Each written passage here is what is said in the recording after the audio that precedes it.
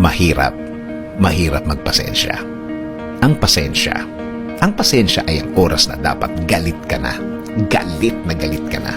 Pero choice mo pa rin maging understanding. Ulitin ko lang para ma-recognize ang magandang trait na ito. Dapat galit ka na, pero choice mo pa ding maging understanding. Napakaraming kwento na nakaka-bless na pinairal nila ang pasensya nila at nailigtas nila ang sarili nila sa tiyak na gulo sa mga buhay nila. Mga taong kinausap ang kanilang mga sarili. Because of what happened, dadagdagan nila ang pagiging pasensyoso nila sa buhay.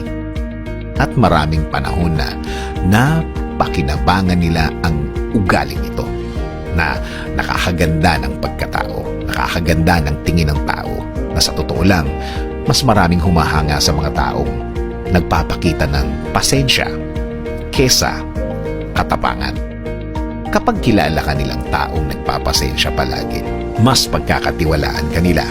Sa panahon ngayon, napakalaking advantage ang meron ka kung nasa iyo ang trait na ito. Mas maraming oportunidad ang nai-offer ng mga pagkakataon dahil alam nila na nasa iyo ang hinahanap nila.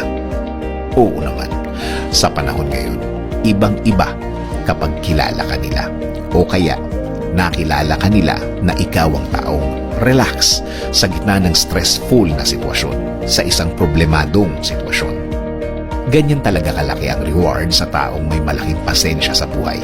O kaya, nasa pagkatao, mas malayo sa gulo, mas malayo sa mga potential problems na pwede kang dalhin sa isa o maraming seryosong problema. Kahit sa pag-aantay, malaking bahagi din ng ating pagkatao kung meron tayong pasensyang mag-antay ng mga bagay na gusto nating mangyari sa ating buhay. Hindi man nangyayari ang mga bagay na gusto nating mangyari, nagiging patient tayo na maaayos ang lahat ng mga nangyayari hanggang makuha natin ang pangarap natin. Hindi tayo nagpapatalo sa mga nangyayari sa buhay natin. Natututo tayong mag-antay. Through this, naipapakita natin sa Diyos ang pagiging faithful natin. Naipapakita sa Diyos na naniniwala tayo sa Kanyang plano. Yes, it will take time, but it will definitely happen.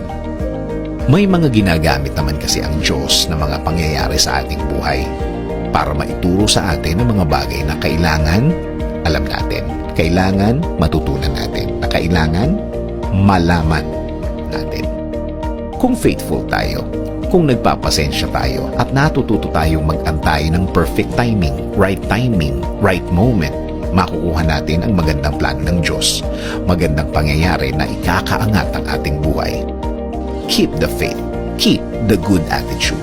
Let the world see na may mga taong may malaking pasensya pa din, may malaking faith pa din sa Diyos na walang mangyayari kung masyado kang masyado kang nagmamadali sa buhay.